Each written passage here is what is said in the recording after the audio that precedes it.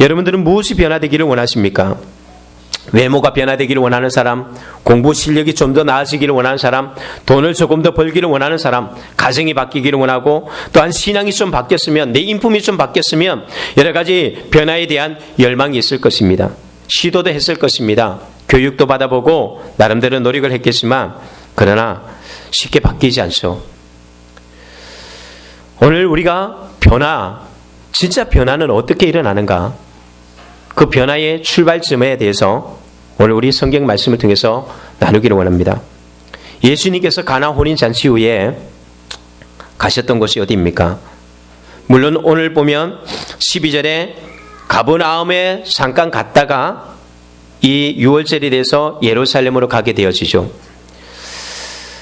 예수님이 실제로 여기에 오늘 요한복음에서는 이 장면의 이야기가 굉장히 앞쪽에 나와 있지만 마태, 마가, 누가복음은 실제로 예수님이 십자가에 못 박기 전에 그때 이 사건의 이야기가 나옵니다. 어떤 학자들은 이 사건을 두 개의 사건, 예수님의 초기 때와 예수님 말기 때 두 번 일어나는 사건이라고 해석하는 분도 있고, 어떤 분들은 아니다, 그 한 번의 사건이다 라고 이야기하는 분도 있습니다. 뭐가 정말인지는 우리가 천국 가서 물어봐야 될 일들이지만 중요한 것은요, 요한이 여기에 이것을 기록한 것에는 의도가 있다는 것입니다. 요한복음은 마태, 마가, 누가복음과는 다르다 해서 제4복음이라고 얘기합니다. 마태, 마가, 누가복음은 공관복음이라고 얘기했네요. 그러니까 마태, 마가, 누가는 비슷한 관점에서 이것을 보았지만 요한은 다른 관점에서 이것을 해석해 나가는 거예요. 그러니까 뭔가 메시지를 가지고 이 내용을 새로 편집을 한 거예요. 시간의 역사에 따라서, 순서에 따라서 만든 것이 아니라 주제에 따라서 사건들을 만들어가는 것입니다. 그러니까 요한이 여기 이것을 통해서 우리에게 말하고자 하는 메시지가 있다는 거죠. 그래서 의도적으로 이것을 여기다 집어넣습니다. 특별히 오늘 12절 말씀에 잠깐 나왔다가 이걸 왜 여기다가 집어넣었을까? 설교할 때 참 난감할 때가 그런 것입니다. 굳이 없어도 되는 거 이걸 왜 여기다 집어넣지? 그냥 그곳에 잠깐 계셨다가 이곳에 왔다 그러는데 그냥 바로 이 예루살렘 성전의 이야기에 대한 이야기로 바로 들어가면 편하겠는데 이 한 구절을 빼기도 그렇고, 그래서 어떤 사람들은 이 12절을 어디에 넣을까 고민하다가 1절부터 12절까지 설교를 하시는 분이 있는가 하면 어떤 분들은 12절부터 또 설교 본문을 잡는 사람이 있습니다. 그러니까 이 12절은 참 애매모호하다는 거죠. 이것을 어디에다 왜 집어넣었을까? 그러나 성경은 어떤 건 하나든지 그냥 집어넣은 건 아니거든요. 여기에 보면 그런 이야기가 나와 있습니다. 그 후에 예수께서 어머니와 형제들과 제자들과 함께 가버나움으로 내려가셨다. 자, 예수님께서 가버나움으로 내려가는데 이 가버나움은 어떤 곳이냐? 예수님의 주요 사역지예요. 예수님의 주 무대였습니다. 가장 많이 복음을 전하고 이적을 나타냈던 곳이기도 합니다. 그런데 요한은 이것을 어떻게 요약하죠? 아주 그냥 축약해서 짧게 요약합니다. 왜 그럴까요? 의도가 있었다는 것이요. 가버나움으로 내려갔지만 모두가 함께 이 일 후에 내려가긴 내려갔지만 그곳에서 여러 날 계시지는 않았다. 왜요? 그곳에 왜 여러 날을 계시지 않았죠? 가르치고 그곳에 가서 전도도 해야 되고 그곳에 가서 말씀도 가르쳐야 되고 해야 될 일들이 많이 있습니다. 그런데 왜 그곳에 오래 머물지 않았다고 이야기하는가? 그것보다 더 중요한 일이 있었다는 것이죠. 그게 바로 성전의 사건이라는 것입니다. 요한은 지금 그것을 의도적으로 이야기하고 싶은 것이요. 가버나움에서 해야 될, 우리가 전도도 해야 되고 사람들의 병도 고쳐줘야 되고 상담도 해줘야 되고 구제도 해야 되고 해야 될 일들이 태산같이 많지만, 그러나 그것 전에 가장 우선적으로 해야 될 일이 있는데 바로 그게 어디냐? 성전이라는 것이죠. 주님은 오늘 성전에 가셔서 무엇을 하셨습니까? 성전에 가셔서 말씀을 가르치거나 병든 자를 고친 것이 아니라 예수님은 여기 가셔서 상을 뒤엎는 거예요. 분노하시는 장면을 오늘 보게 되었습니다. 그곳에 갔더니 사람들이 소와 양과 비둘기를 팔고 돈을 막 바꿉니다. 예수님이 이걸 보시고 그냥 상을 엎어버리고 채찍으로 모든 것을 다 흩어버립니다. 예수님께서 성경에서 이렇게 분노한 장면은 거의 없거든요. 실제로 예수님을 향해서 침을 뱉고 채찍질을 가하고 십자가에 못 박은 그 사람들 향해서도 예수님이 욕하지 않았습니다. 화내지도 않았습니다. 오히려 그들 향해서 아버지, 저들이 하는 일을 알지 못합니다. 용서해 주십시오. 자기를 향해서 십자가에 못 박게 만드는, 자기를 향해서 온갖 모욕과 핍박을 하는 그 사람들 향해서 화내지 않았던 예수님께서 이 장면에서 얼마나 분노하시는지 모릅니다. 뿐만 아닙니다. 예수님은 세리와 죄인들, 상녀들, 나병 환자, 그 어떤 사람도 주님은 다 안아주셨습니다. 다 용납하시고 받아주셨는데, 그런데 오늘 이 성전에 있는 이 사건만큼은 예수님께서 용납하고 사랑하고 받아주지 못했다는 것입니다. 무엇이 자신을 향해서 그렇게 욕을 하고 핍박하고 또한 세상을 그렇게 더럽히고 추악한 죄를 짓는 사람을 향해서도 다 모든 것들을 안을 수 있었던 예수님께서 왜 여기만큼은 참으실 수 없었을까? 이게 우리에게 주는 중요한 메시지가 있습니다. 우리가 여기서 한 가지 볼 수 있는 것은 예수님의 두 모습을 볼 수가 있는 거죠. 예수님의 사랑과 공의가 동시에 존재한다는 것입니다. 그분은 무조건 용서하고 무조건 사랑하고 그냥 다 봐준다는 것은 아닙니다. 우리가 그거 착각하면 안 돼요. 내가 어떤 죄를 짓든지 예수님은 한없으시니까 나는 당연히 그냥 천국 갈 거야, 막연하게 생각해서는 안 된다는 것입니다. 오늘 성경을 통해서 예수님은 심판하시고 진노하시는 분이라는 것을 보게 되었습니다. 거짓과 불의와 죄에 대해서 주님은 채찍을 들 수 있는 분입니다. 결단코 예수님이 그것까지도 그냥 사랑하고 좋아한다는 분이 아니라는 것을 우리는 알게 됩니다. 그럼 무엇 때문입니까? 예수님을 그렇게 화나게 만들었던 것은 무엇 때문입니까? 바로 성전의 타락 때문인 것이죠. 그렇게 긍휼과 사랑과 용서와 인자하심이 그렇게 넘쳐나시는 예수님이라 할지라도 그냥 넘어갈 수 없는 것, 결단코 간과할 수 없는 그것이 뭐냐? 바로 성전의 문제라는 것입니다. 용서할 수 없는 죄, 성전을 타락시키는 것. 오늘 왜 예수님께서 그러면 이 부분 때문에 화를 내셨는가? 그거부터 알아야 될 거 아닙니까? 여기 보면 14절에 성전 안에서 소와 양과 비둘기 파는 사람들과 돈 바꾸는 사람들이 앉아있는 것을 보시고, 자, 6월절이 되어서 사람들이 성전에서 이런 물건을 팝니다. 이 장면 보면 야, 그래서 혼날만하다. 어떻게 성전에서 저런 장사를 하고 있지? 여러분 상상이나 가겠습니까? 그러나 예수님이 이것 때문에 화낸 것은 아닙니다. 이 사람들이 왜 성전에서 소와 양과 비둘기를 파는가? 이유가 있습니다. 6월절 절기가 되면요, 여러 나라에 흩어졌던 사람들, 저 먼 지방에 있는 사람들이 다 재물을 가지고 와서 예배를 드려야 되는데, 그런데 예배를 드리려면 재물이 흠이 없어야 합니다. 깨끗해야 되는 거예요. 그런데 먼 나라에서 오는데 비행기를 타고 오는 것도 아니고 트럭을 타고 오는 것도 아닌데 소를 어떻게 끌고 오고 양을 어떻게 끌고 오며 비둘기는 어떻게 끌고 오겠습니까? 잡아오겠습니까? 이런 애로사항 때문에 하나님 앞에 어떻게 하면 험없이 예배를 드릴 수 있을까? 험없는 그런 정결한 예배를 드릴 수 있을까? 이런 고민 속에서 만든 게 뭐냐? 그러면 이 성전 아니라 해서 예배당 안은 아닙니다. 성전에는, 이 성전을 보면 바깥들이 있습니다. 그것을 이야기하거든요. 오늘날 말하면 예배당 마당이에요.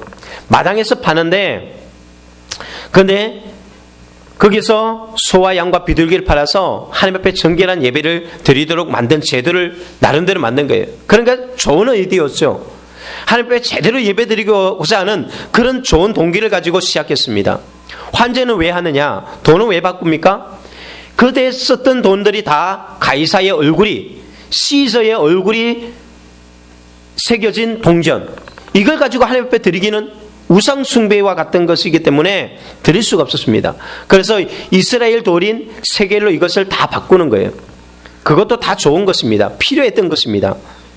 그런데 무엇이 되었습니까? 의도는 좋은 의도로 시작했지만 변질이 되었다는 것입니다. 그것을 통해서 우리가 변화받지 못했을 때에 이것이 변질이 되는 거예요. 변질이라는 것은 좋게 바뀌었다는 것이 아니죠. 바뀌긴 바뀌었는데 잘못 바뀌었다는 것입니다. 문제는 어떻게 되냐면은 이런 일이 있으면서 제사장과 서기관들이 이제 사람들이 가져오는 이 재물들을 조사하지 않습니까? 이게 어떤 사람들이 직접 갖고 옵니다. 멀리서도 갖고 오는 거예요. 그거밖에 없으니까. 뭐 자기가 넉넉한 사람들은 그냥 돈을 갖고 오면 되겠지만 집에서 농사 짓는 사람은 그게 편하거든요. 시골에서는 쌀 농사를 짓기 때문에 쌀로 내는 건 쉬워요. 그렇잖아요. 우리는 쌀로 헌금하는 것보다는 돈으로 헌금하는 게 편하잖아요. 그러나 시골 사람들은 돈보다는 쌀로 주님 앞에 드리는 것이 쉽습니다. 그러니까 오히려 가난한 사람들은요, 돈이 없기 때문에 직접 그냥 자기가 기르던 동물들을 갖고 옵니다. 그런데 문제는 이것을 조사하면서 제사장들이 의도적으로 불합격시켜버린다는 거예요. 이거 안 돼, 이거 하나님께 드릴 수 없어. 어쩔 수 없이 돈이 없는데 빌려서 하든지 어떻게 하나님 앞에 예배는 드려야 되는데 진짜 예배 드리고 싶어하는 이 열정을 가진 이 사람들의 마음을 상처를 입히는 거죠. 실제로 세상에서는 상처를 받아도 교회에서만큼은 상처를 치유하는 곳이 되어야 되는데 교회에 와서 상처를 받게 만드는 거예요. 이것이 성전의 모습이었습니다. 돈을 바꾸는데 그냥 돈을 그대로 바꿔야 되는데 폭리를 취해서 이걸 가지고 돈을 환전을 하는 것이죠. 그러니까 이것 가지고 제사 예배 드리는 것 가지고 돈 장사를 하는 거예요. 완전히 강도의 소굴이 되어버린 거죠. 그러니까 예배를 제대로 드릴 수 있습니까? 그 예배가 진짜 예배가 될 수 있습니까?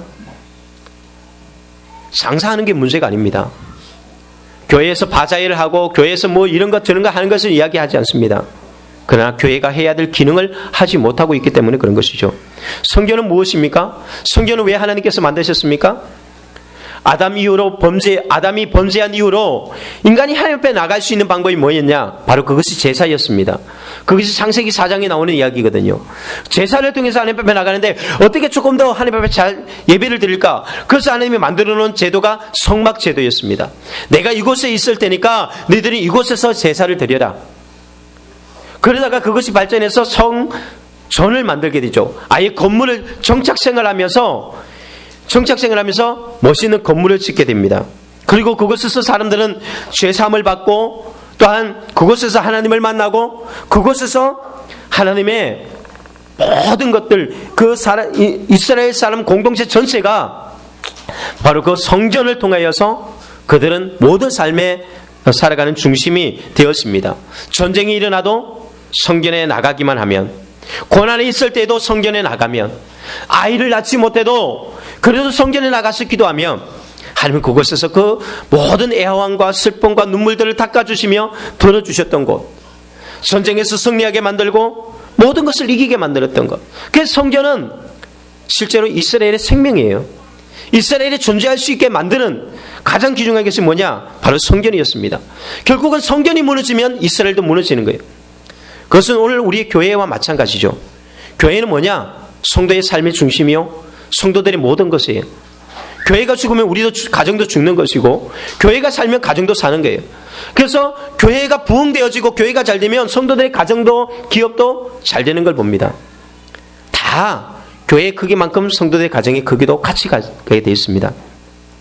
물론 큰 교회 간다고 내가 자동으로 잘 되는 것은 아니에요. 내가 그만큼 키워가고 그만큼 교회에서 헌신해야 되는 부분들이지만 큰 교회일수록 교회에 하는 일들이 많아지게 되는 거죠. 생명의 샘, 그것은 뭐냐? 교회였습니다. 그런데 이것이 썩었다는 거죠. 성전이 타락했다는 것은 무엇을 이야기하는가? 하나님과의 가져야 될 이 교제, 관계가 깨어졌다는 거예요. 그것이 성전이 무너진 거예요. 교회와 성전의 기능이 깨지면서 단순하게 그냥 제사를 못 드리는 것, 예배를 제대로 못 드리는 문제가 아니라 하나님과의 단절이 이루어졌다는 것입니다. 그것은 끝난 거예요. 성도의 생명은 여기 있거든요. 성전 그 자체에 있는 것이 아니라, 예배당 그 자체에 있는 것이 아니라 이 기능을 통해서, 교회가 예배를 통해서 성도들이 하나님을 만나고 거기서 거듭나고 거기서 인생의 문제를 해결해 나가야 되는데 이 예배의 기능이 무너지는 것입니다. 소망이 없는 것이죠. 이스라엘이 왜 바벨론 포로로 잡혀갔습니까? 그들이 적군에게 잡혀간 이유도 바로 이 성전이 무너졌을 때에, 결국 성전이 무너진, 건물이 무너진 것이 아니라 예배의 기능이 무너졌을 때에 바벨론 포로로 잡혀가게 되죠. 변화의 시작, 예수님이 정말 어디서부터 바뀌어야 되는가? 예배 드리는 것부터 바뀌어라. 교회가 진짜 교회다우려면 예배가 바뀌어야 된다. 실제로 이런 말씀을 준비하면서 저에게는 너무나 괴로운 말씀이에요. 고민이 많아야 되는. 진짜 예수님이 우리 교회에 오시면 채찍을 들지 않을까? 오늘 새벽에도 기도하면서 그런 마음이 참 많이 들었어요. 예수님이 우리 교회에 오신다면 정말 어떻게 평가하실까? 여러분들의 가정에 예수님이 오신다면 여러분의 가정은 성전이 되어가고 있습니까? 구약에는 성전이 건물이 예루살렘의 한 곳에 있었지만 신약에서는요 성령이 거하는 전을 성전이라고 했습니다. 그러니까 예수님을 믿는 사람들은 다 성전인 거예요. 우리의 각 개인이 다 성전이라는 것입니다. 주님이 우리 보셨을 때에 우리는 그런 성전이 되어서 가고 있는가? 설교를 아무리 잘하고 능력이 있다 할지라도 교회론이 잘못되면 그건 끝장난 거예요. 교회가 본질을 잃어버리면 가짜가 판치기 시작합니다. 그래서 이 이단들이 나오는 것이고 그러면서 점쟁이와 무당들이 설치기 시작하는 거예요. 그런 정말 웃지 못할 일이 있지 않습니까? 오늘 많은 젊은 목회자들이 신학교 졸업하고 교회 개척하겠다고 돈은 있는데 아버지가 장로고 아버지가 좀 큰 교회 목회자니까 돈은 있으니까 개척은 해야 되겠는데 개척할 마땅한 장소를 찾는데 어떻게 찾는지 아십니까? 어디 가면 교회를 빨리 부흥시킬까 고민하는 나머지 점쟁이 집에 가서 그래서 개척지를 찾는다고 합니다. 그것이 그냥 웃는 이야기가 아니라 실제라는 거예요. 얼마나 정말 비참한 현실이에요. 그러니까 가짜들이 판치는 거죠. 곳곳마다 점쟁이 집은 늘어나고 이단들은 늘어나게 돼 있는 것입니다. 교회가 소망인데 교회 밖에는 구원이 없습니다. 교회 밖에서 교회를 떠나서 구원이 있느냐? 있을 수 없습니다. 하나님을 아버지라고 부르는 자는 교회를 어머니라고 부른다고 했습니다. 하늘에 있는 예루살렘을 하늘의 어머니라고 얘기합니다. 안선홍 정인회가 이것을 잘못 해석해가지고 이걸 가지고 안선홍 자신이 어머니라고 이야기해버리죠. 교회가 어머니입니다. 하나님의 아버지고. 그래서 교회를 통해서 뭐가 나옵니까? 생명이 나오는 거예요. 영혼들이 나오게 되어 있다는 것입니다. 그런데 이 기능이 무너지면 아무리 전능하신 하나님이라 할지라도 그것을 통해서는 생명을 낳을 수가 없습니다. 교회가 생명을 낳아야 되고 교회를 통해서 계속해서 영혼들이 살아나야 되는데 교회가 그 기능을 잃어버리며 그것은 교회가 더 이상 아닙니다. 숫자가 100명, 1000명, 10,000명 그건 아무리 많이 늘어도 필요가 없습니다. 우리에게 가장 중요한 것은요 매년마다 세례받는 사람이 진짜 몇 명이냐 이게 중요한 거예요. 그게 진짜 하나님 앞에 자랑거리입니다. 얼마나 성도의 숫자가 늘어났냐의 문제가 아니라 또한 우리 자신도 마찬가지입니다.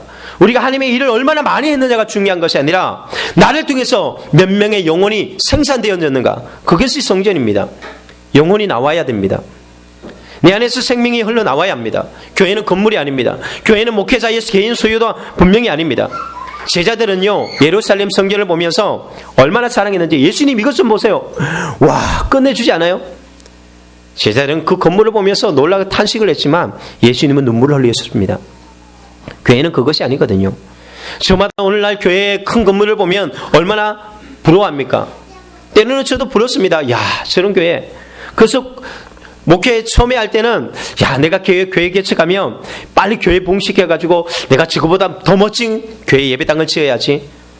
얼마 전에도 세미나 송경미 씨 콘서트 때문에 하늘중앙교회를 갔다 온 적이 있는데 시설이 끝내주더라고요.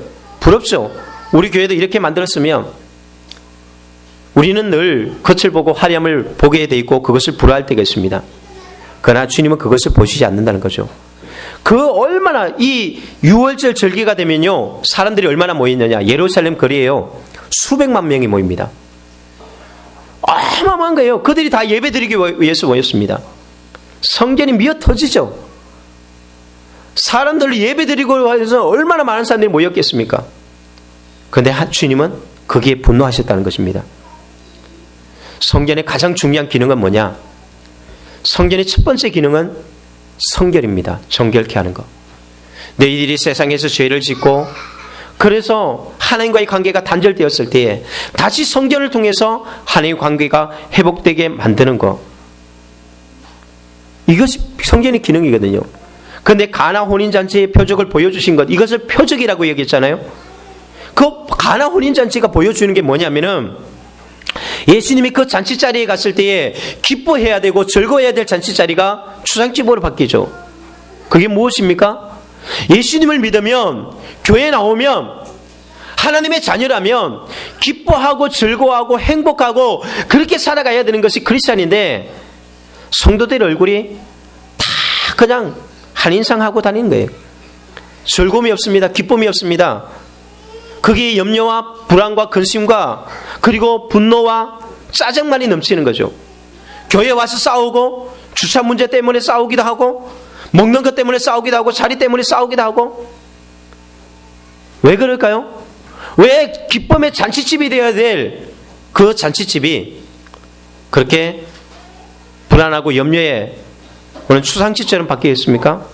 첫 번째 이유는 포도주가 바닥났다는 거죠. 그게 무엇입니까? 포도주가 바닥났다는 것은요, 그게 바로 율법의 한계를 이야기하는 것입니다. 구약의 율법의 한계가 뭐냐? 그게 거기까지밖에 안 된다는 것입니다. 인간의 노력의 한계, 나의 수고의 한계가 뭐냐?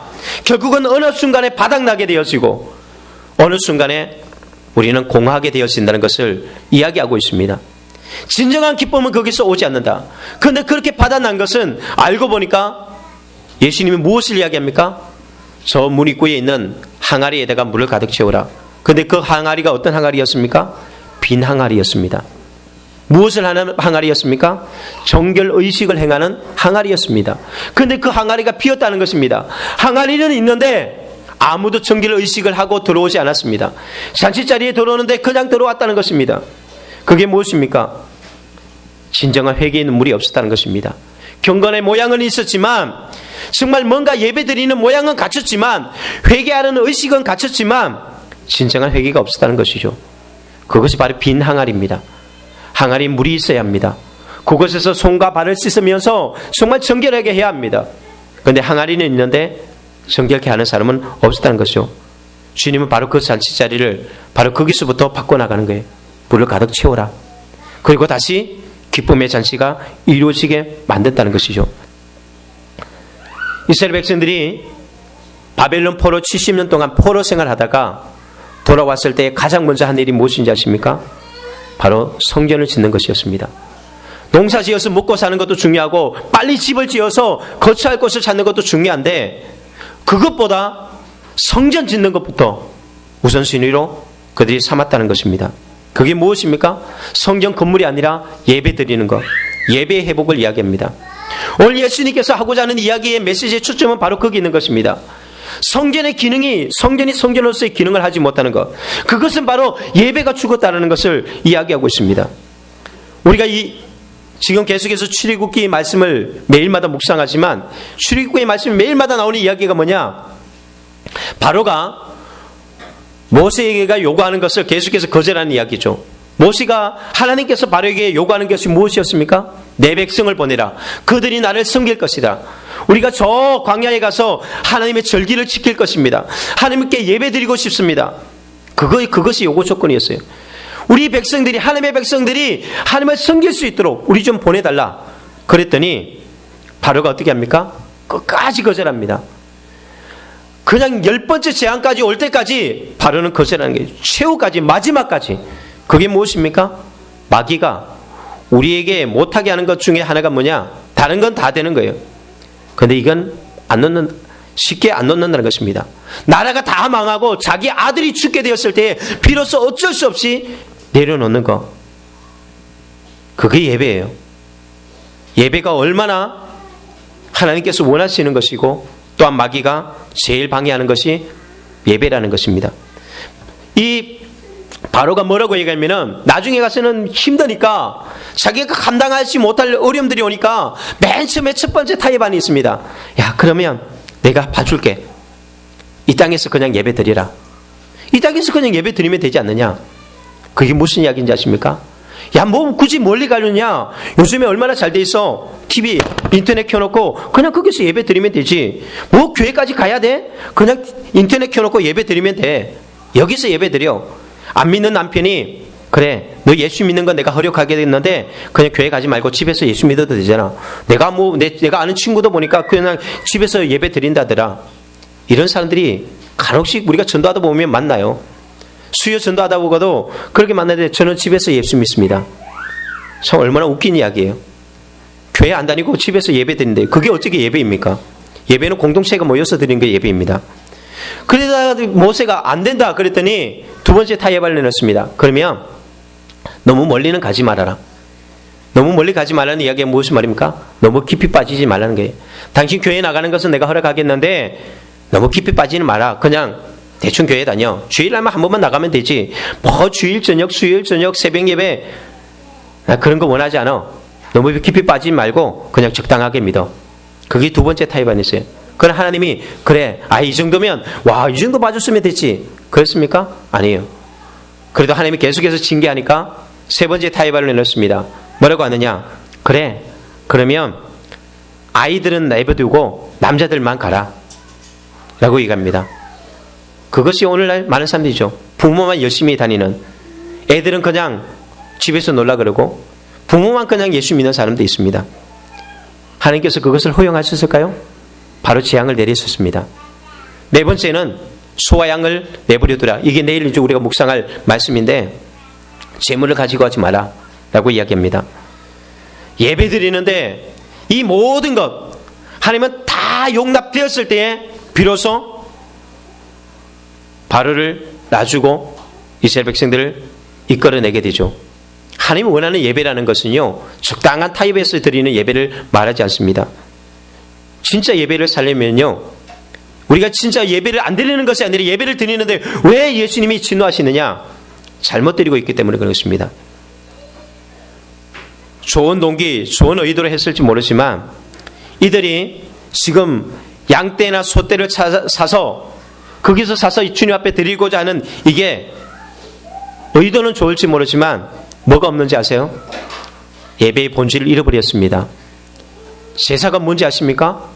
제사의 첫 번째는 희생이에요. 희생이 가장 중요한 문제입니다. 돈을 드리는 것이 아니에요. 그런데 이 제사의 희생이 없어져 버린 거죠. 얼마나 편하게 되었습니까? 편리성. 이게 예배를 망쳐버린 거예요. 진짜 예배를 드리려면 우리가 편하게 예배 드리는 건 그것은 예배가 아닙니다. 희생의 제사를 드리라고 이야기합니다. 그것이 진짜 예배입니다. 나를 드리고 희생을 드리는 그것이 하나님이 받으시는, 하나님이 원하시는 예배라는 것입니다.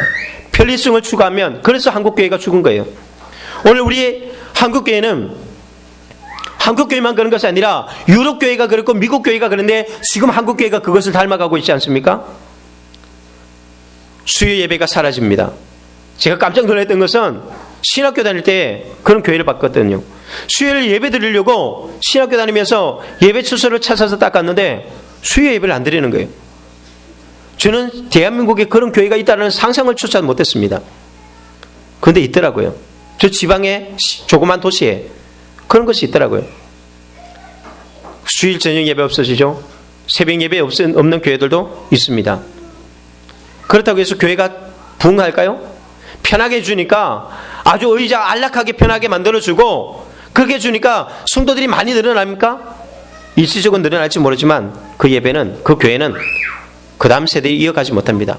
결국은 분열되고 나눠질 수밖에 없습니다. 좋은 시설을 하지 말라는 이야기가 아닙니다. 여러분들을 고생시키려고 의자 다 치워버리고 무릎 꿇고 예배드리라는 이야기는 아닙니다. 예배드리기 위해서 우리에게 희생이 필요하다는 것입니다. 주일 오후 예배, 우리가도 작년에 한번 이 가족 예배를 위해서 2시로 온 가족이 모여서 한번 해봤더니 참 제가 후회가 굉장히 커요. 어쨌든 시도해보기 위해서 한번 해보긴 해본 것이지만 교회 다 죽잖아요. 저희들이 그때 저녁 예배 때 제자 훈련을 받으면서 제자 훈련을 하다 보니까 저녁 예배 드리러 오는 사람들이 간혹씩 오시더라고요. 그러면서 제 안에 탁 깨진 거예요. 이게 아니다. 성도들에게 조금 더 편리하게 만들고 교회에 와서 밥 먹고 그냥 오후 예배 드리고 가면 참 잘 드리겠다 한두 주는 조금 참여하는 것 같더니 다 안 와요. 오히려 더 예배 안 드립니다. 다시 7시로 바꿔버렸습니다. 처음에는 힘들죠. 안 드리다가 갑자기 들리니까 설교도 준비해야 되고 성도들도 분주하고 바쁜 것 같은데 더 많이 예배 드려요. 주일학교 예배가 그렇다고 죽는 것도 아니고 헌신 없는 희생 없는 예배, 7시 예배가 중요한 게 아니에요. 7시 예배 드리기 위해서는 그만큼 힘들다는 것입니다. 그 희생이 따르니까 그게 하나님의 은혜가 있는 것이죠. 편하게 예수 믿으려고 하는 것, 그것은 이미 죽은 것입니다. 새벽 예배의 힘, 새벽 기도의 힘이 뭔지 아십니까? 새벽에 드리기 때문에 주님이 들어주시고 저녁 때 드리면 안 들어주는 것이 아닙니다. 새벽 기도는요, 정말 그 자체가 희생입니다. 엄청난 헌신 없이는 못 드리거든요. 그래서 새벽에 나와 있는 것만으로도 하나님이 감동하시는 거예요. 그것이 새벽 기도의 힘이에요. 그래서 하나님은 새벽에 도우신다고 이야기합니다. 그래서 새벽에 예수님께서 부활하셨고 새벽에 성령님이 오셨고 새벽에 홍해바다가 갈라지고 하나님의 놀라운 구원과 기적의 역사는 언제 일어나냐? 역사는 새벽에, 교회의 역사는 새벽에 일어났습니다. 우리 믿음의 선조들이 어떻게 예배했습니까? 우리처럼 편하게 예배하지 않았습니다.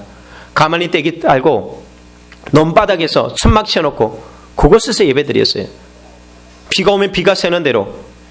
그것도 눈이 허리까지 차도 눈길을 치면서 수십 킬로를 걸어서 밤새도록 내가 내일 예배 드리기 위해서 눈이 너무나 많이 왔다. 그럼 전날부터 출발해가지고 그래서 예배 드리는 거예요.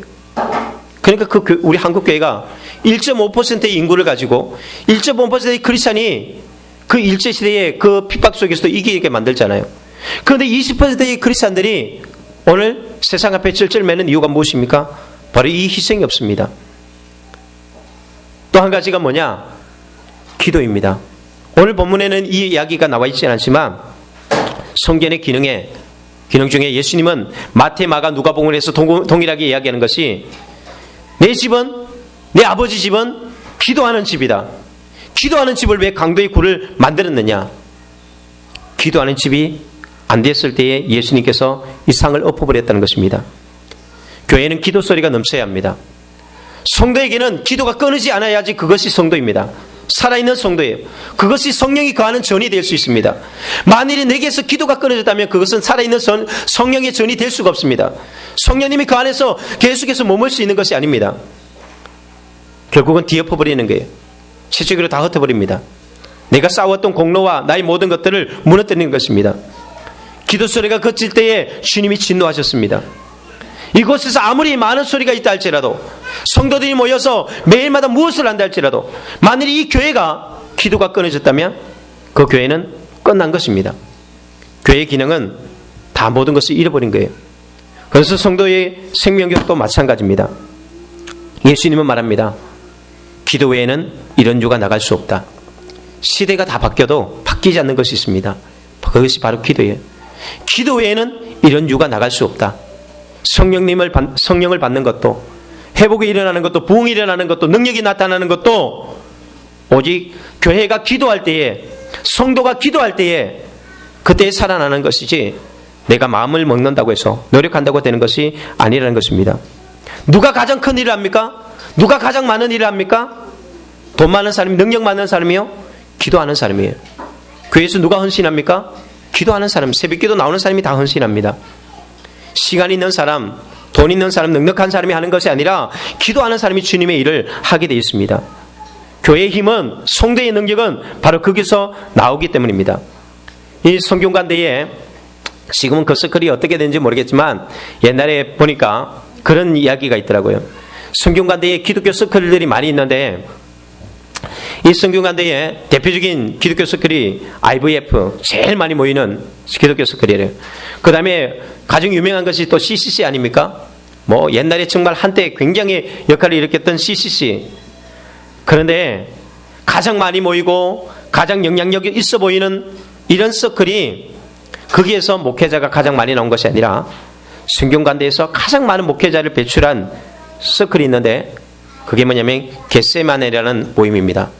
이 사람들의 첫 번째 목적은 중보기도 하는 것이거든요. 그리고 나머지 이제 그들의 목표가 있는데 기도의 모임을 우선으로 한 모임입니다.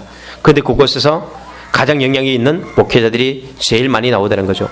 제자 훈련하고 성경 공부하고 다 해도 기도하는 사람을 못 이긴다는 것입니다. 아무리 교회에서 뭐를 다 한다 할지라도 기도를 가진 사람을, 기도하는 교회를 이길 수가 없습니다. 교회가 기도할 때에 그때에 사단의 음부의 권세가 이기지 못합니다. 그러나 교회가 기도를 잃어버리면 베드로도 반석도 이름은 반석이지만 무너지게 되어 있습니다. 베드로의 실패는 어디에 있었습니까? 결국 기도의 실패가 베드로의 실패 아닙니까? 주님을 위해서 목숨을 바치겠다고 그렇게 떠들어댈지라도 그래도 어쩔 수가 없습니다. 바쁘다고 기도 못하고 또한 주님의 일을 한다고 기도할 시간이 없다고 말하는 것은 그것은 끝난 거예요. 아무리 바쁘고 아무리 많은 일을 해도 기도 없는 것은 결국은 내 자랑뿐입니다. 내 영광뿐입니다. 신학생들이 하는 이야기들이 있습니다. 저도 신학교 다닐 때 그런 이야기 들었지만 그 사람들이 제일 고충이 뭔지 아십니까? 새벽 기도만 없으면 내가 목회 잘하겠는데 왜 목회 안 하려고 하느냐? 다른 이유가 없습니다. 설교도 잘할 수 있고 다 신방도 잘할 수 있고 내가 잘하겠는데 새벽 기도 이것만큼은 자신이 없는 거예요. 그래서 새벽 기도 때문에 신학교에도 싸움이 많이 나요. 깨우다가 막 서로 다투기도 하고. 그런데 목회자의 생명이 어디 있습니까? 거기에서 나오는 것인데 성도의 생명이 거기서 나오는데 그거 빼고 어떻게 목회를 합니까? 그런데 한국교회가 왜 무너졌습니까? 기도가 무너졌으니까. 무너져간 유럽교회를 보면서 유럽교회도 안 하는데 미국교회도 안 하는데 한국교회만 한다고 그렇게 이야기합니까? 그게 무너졌기 때문에 한국교회가 지금 무너지고 있는 것입니다. 한국교회가 왜 욕을 얻어먹습니까? 구제를 안 해서요? 봉사를 안 해서요? 늘 이야기하지만 70% 80%가 크리스찬들이 구제하고 봉사합니다. 그러고도 욕을 얻어먹어요. 무엇 때문에요? 거룩성을 잃어버렸기 때문에. 근데 그 거룩성은 어디서 옵니까? 기도에서 오는 것입니다. 예배에서 오는 것입니다. 말씀에서 나타나는 것입니다. 그런데 교회의 가장 본질적인 예배와 기도와 말씀을 다 제쳐놓고 그리고 내가 그리스도인으로서 아무리 숫자 많아도 그것은 죽을 수밖에 없는 부분입니다. 오늘 예수님께서 하신 이야기 중에 예수님께서 왜 이렇게 말씀하는가? 예수님이 그런 말씀하죠. 16절에 보면 이것을 여기서 가져가라. 내 아버지 집으로 장사하는 집을 만들지 말라. 내 아버지 집이다. 이게 있어야지 정말 우리가 열정을 낼 수 있습니다. 그래서 17절에 제자들이 그렇게 말하죠. 주의 전을 사모하는 열심이 나를 삼키리라 한 것을 기억하더라. 주님의 전을 사모하는 열심, 그게 누구에게 있었습니까? 예수님에게 있었습니다. 예수님에게는요, 교회에 대한, 예배에 대한, 기도에 대한 열심이 있었습니다. 무엇 때문에요?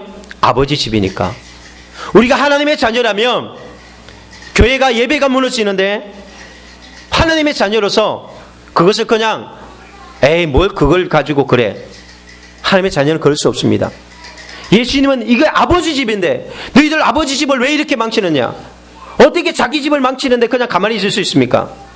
내 집이 아니니까 그런 거죠. 내 아버지 집이 아니니까 그런 거죠. 진짜 우리가 하나님의 자녀, 하나님의 백성이라면 원래 한국교회에 아픔을 두고 우리도 아파해야 합니다.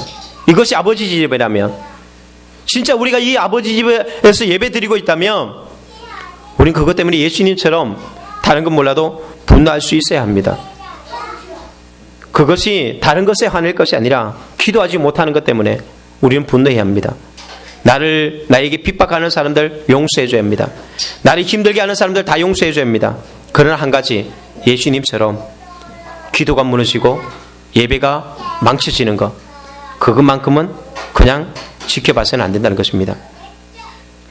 교회의 힘은 바로 여기 있습니다.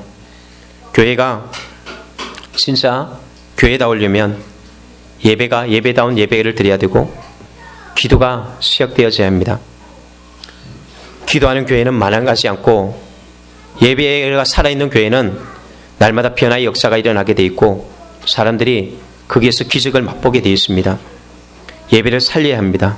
죽은 예배를, 기도를 다시 일으키고, 그래서 그것이 우리 가정과 모든 것을 일으키는 것입니다. 내게서부터 우리 가정을 기도하는 집으로 만드십시오. 내 아버지 집은, 하나님이 거하는 집은 기도하는 집이에요. 하나님이 거하는 영혼은 기도하는 사람이에요. 그곳에 하나님이 계십니다. 그곳에 주님이 계시는 것입니다. 그곳에 성령님의 역사가 있습니다. 주님 우리에게 오신다면 어떨까요? 우리 다시 한 번 더 이 무릎 앞에 주님이 채찍을 들고 계시지 않는지, 주님 우리 안에 거하시는지 다시 한 번 더 고민하면서 우리가 주님 앞에 더 가까이 나갔으면 좋겠습니다. 우리 찬양하고 함께 기도하도록 하겠습니다.